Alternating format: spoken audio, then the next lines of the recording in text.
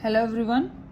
आज का हमारा क्वेश्चन है by factoring the expression check that n cube minus n is always divisible by 6 for all natural number N.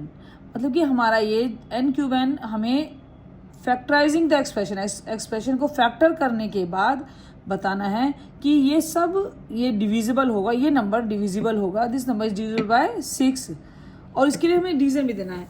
और ये divisible for all natural number हैं, मतलब कि हमारा एन क्यूब माइनस एन ये डिविजिबल होना चाहिए बाय 6, ये 6 से होना चाहिए, ठीक है। और एन के प्लेस पर, यहाँ पर हम एन के प्लेस पर क्या रखेंगे, नेचुरल नंबर। मतलब मैं इस यहाँ पर एन कोई भी नंबर रखूँ 1 2 3 4 कुछ भी, तो वो नंबर जो भी रिजल्ट आए वो डिविजिबल होना चाहिए 6 से। ये हमें इनको ये बताना भी है और इसके लिए प्रॉपर वैलिड रीजन भी देना है कि क्यों this expression is valid for all natural number. इसके लिए एक सॉलिड अच्छे से रीजन भी देना है, ठीक है। ऐसे तो हम इसके अंदर एन की वैल्यू 1 2 3 रखकर भी बता सकते हैं। देखिए, चलिए अभी बता देती हैं। मान लीजिए हमने n की जगह पर 1 रखा, जब n की प्लेस पर 1 रखेंगे तो ये 1 का cube minus 1 that is 1 minus 1 that is 0, और 0 क्या है, 6 इंटू 0 0 होगा, ठीक है। इसका मतलब ये 6 से डिवाइड हो सकता है। चलो अगर मैं n की जगह 2 रखूँ तो देखो 2 का क्यूब माइनस 1 कितना होगा, 2 का क्यूब कितना आ जाएगा आपका 8 माइनस 2 दिस इज 6, ये भी 6 से डिविजिबल है। n के प्लेस पर 3 रखिए, 3 का क्यूब माइनस 3 मीन्स ये आया 27 माइनस 3 दिस इज 24, तो यह है 6 4 जा 24। तो आप ये देख रहे हैं कि मैं कोई भी नंबर रखूं तो ये मैंने नेचुरल नंबर रखने शुरू किए और जो भी इसका रिजल्ट है वो क्या होता जा रहा है, they all are divisible by 6। But हमें केवल यही प्रूव नहीं करके बताना, वो कह रहे हैं कि चेक करो, तो चलो चेक हमने इस तरह से भी कर लिया, मगर इन्होंने चेक करने के लिए भी क्या बोला गया है, फैक्टराइजिंग द एक्सप्रेशन। मतलब ये रीज़न केवल अंडरस्टैंडिंग के लिए आपके लिए ठीक है ये मेथड, बट हमें क्या करना पड़ेगा, हमें इसके लिए इसको फैक्टराइज करके एक्सप्रेशन को बताना पड़ेगा और इस सब नेचुरल नंबर के लिए वैलिड है। इसके लिए हमें एक सॉलिड रीज़न भी देना पड़ेगा, रीज़न भी लिखा है, ठीक है। अगर हमारे पास ये ना होता और ये ना होता तो हम इस तरह से करते और उसे प्रूव कर सकते थे। मीन्स अब हमें इसे फैक्टराइज करना पड़ेगा। तो अगर मैं अपने फैक्टर करती हूँ एन क्यूब माइनस एन के, तो देखिए एक एन मैंने कॉमन लिया, ये एन स्क्वायर माइनस 1 बचा, this is N square minus 1 square, और आई कैन राइट आइडेंटिटी लगा के एन माइनस 1 एन प्लस 1। तो दीज आर 3 फैक्टर, मैंने इस एक्सप्रेशन के 3 फैक्टर कर लिए। अब इन फैक्टर को मैं जरा इस तरह से लिख कर देखूँ तो कैसा लगेगा, देखिए ये क्या हुए, दिस इज एन माइनस 1 फिर n and this is n plus 1।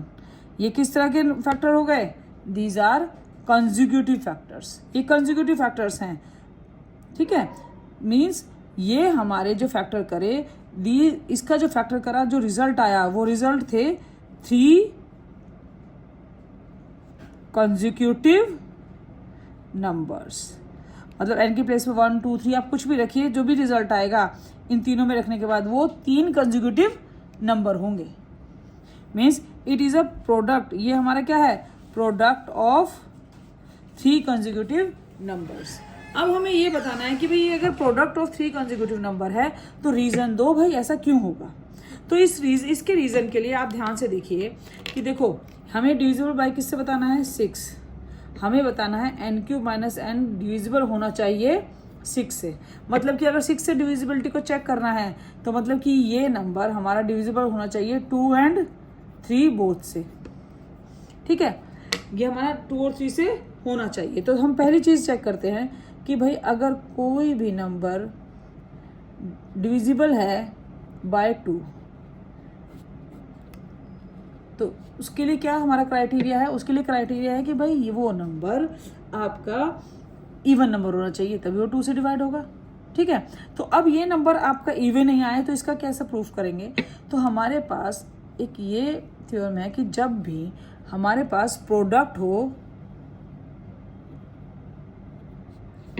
3 consecutive number का,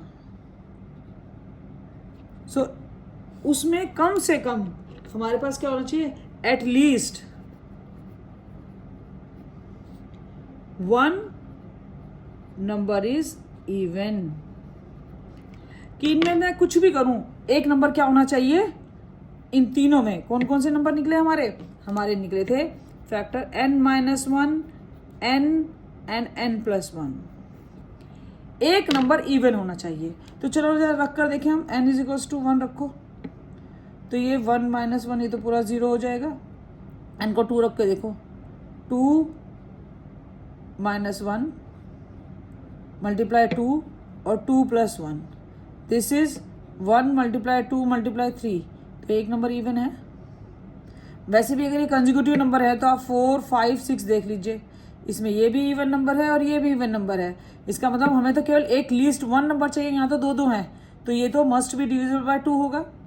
अगर हमारा नंबर 3, 4, 5 होता है कंसेक्यूटिव नंबर में, तो यहाँ पर भी एक नंबर ऐसा है जो इवन है।